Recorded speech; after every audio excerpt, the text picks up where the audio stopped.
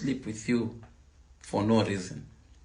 A woman has to really find a reason to sleep with you. A man can sleep with you for no reason, but a woman has to find a reason to sleep with you.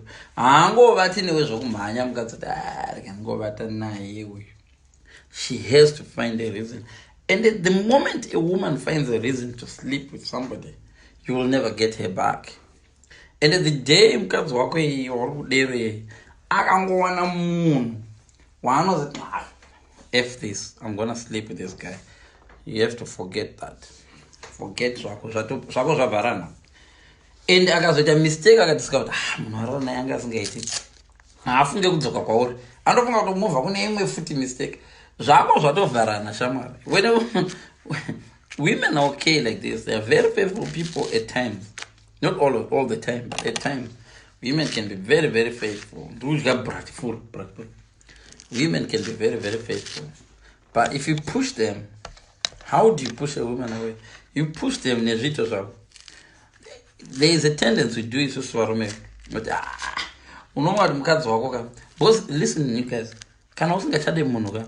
Unofunga takashatira munhu wese tandiana ngakudayo nedumbu rakero shamari. Kuna umwe anouya nedumbu iroro kuti di akaritsigira nebhara kudai achinakigwa naro.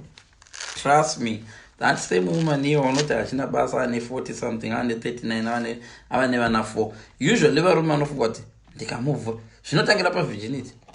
Tiri vana vadiki waifunga kuti ukavhura musikana watomuchepesa wamuchepesa haana anomuroora. Ndobva tazodiscovered no, even mbana dzinoroorwa. Saka zvino vanhu vofunga kuti ukamuzvarisa vana vakawanda haana achamuda. Tikaona no, vamwe vari kungoroorwa dziri mbana.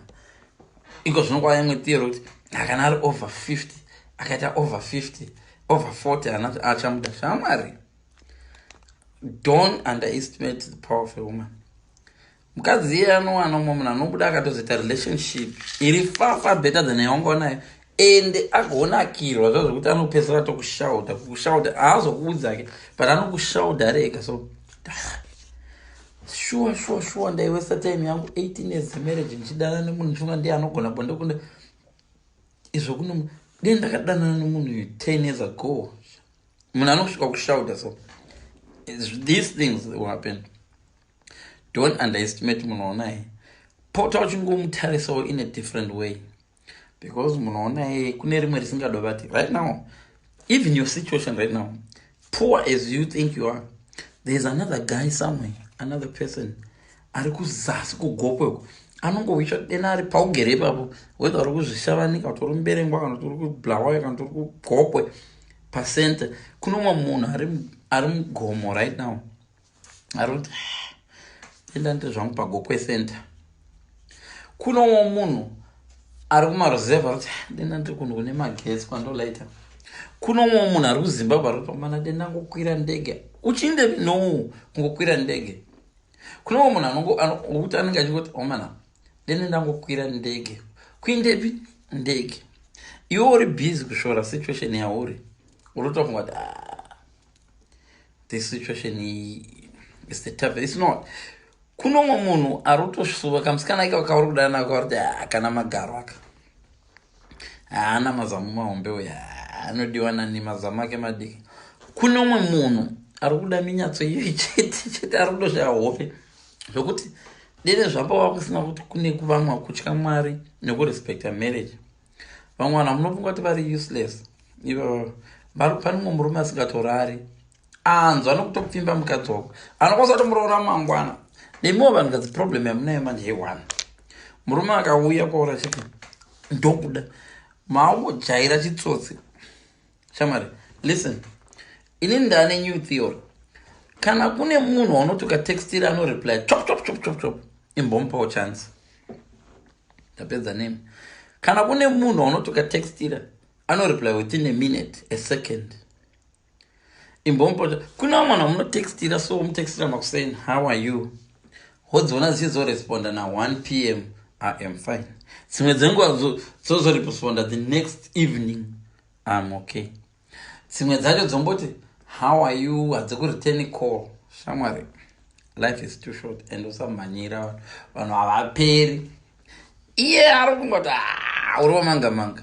Mupe chance aende uone kuti hausi munhu wamanga-manga, watorwa noumwewo munhu anokurespect. Ndambotaura nyaya yematoys. Matoys unoona kuti toy iyo inenge isina mavhiri, ine mavhiri 4, imwe ine mavhiri 3, yakatyoka. Chimwe chimwana chikangotamba nacho chikatanga kuita cherish that. When I was young, I used to do that. I was young because my sisters, I was the oldest, but my sisters angwanga ne system yekuchemera anything chandangotambisa. Ndikatambisa dombo charo sister yangu ndochemera no. Saka ndakazoziya imwe trick. Ndaitora toy yandisingadi ndoitambisa sange ndoida. Sister yangu yochemera toy iye ndoinda slowly kuti handinonyanya kuda izvo ndoinda. I was young, I was just 2 years or 3, but ndaita zvinhu. Bati rangu rakupera guys, ndambokudze. Ndo zvakaita vanhurume izvozvo. Munhurume anofunga kuti iye akuchepesa. Ukaita nhumbu, ukanozvora mwana nezidzoro ziguru, dumbu rako rikadai rikaramba kudzokera rikaita chitumbu chakadai, ukashaya mahips ane vamwe, ukaita mahips kana kuti ukanwa mukanwa, halitosis, kana ukaita maweaknesses hope atinoona evakadzi, but tinokanganwawo edu.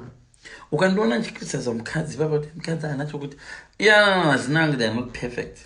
Mino yangu is perfect, pamwe musoro wangu is perfect, face yangu is perfect, pamwe ndachembera. Ndoona kuchembera kwemukadzi kwangu handikuona nditi, because I feel energetic and all that. Ndo zvinoita varume izvozvo. Vanenge vachiona ivo vandiwo vari paadvantage nokuti vakangosenga chinhu chiri pakati pemakumbo chakadai havatakuri mimba vadidi. But murume hwavo iwowo kune rimwewo rumewo zvaro risinge useless rinozi man ndikapiwa mukadzi uyu. Pane pamanotoona mumwe mukadzi, pamwana mukadzi kuti uyu mukadzi kana anga achindidanda muroora mangwana, kungomuona so that this is my kind of girl. But ari kutambiswa mukadzi wonyarara hako. Vanozvita varume. Vamwe vacho vanenge vari single, vamwe vacho vanenge vari married, vachoti pamadeko ainzi vakadzi vanochinjaniwa. Vaingondipawo mukadzi wavo pastor akanoti pastor pamwana ndiona mukadzi wakati vakadzi vaichinjaniwa. Tingochinjana ndaitotora. This is a very beautiful woman ari kutambiswa. Apa dzimwe nguva muri mukadzi wacho anotosvika achiti murume wangu anovata neni once Monday yoga neWednesday. Apa munhu anenge achikomana madiro ndoita bonde ichi mukadzi ndairara nacho every night. Mukadzi wake warara naye once a week. Kune mumwe murume wokuti akangopiwa chance anorara naye daily 4 times. Trust me, varume we are capable of doing it. Ukaona murume wako asingarari nawe twice or 3 times a night, some blame her health or something. Spark hapana chete. Varume they are crazy. Kana uchifunga kuti murume wako hachina power,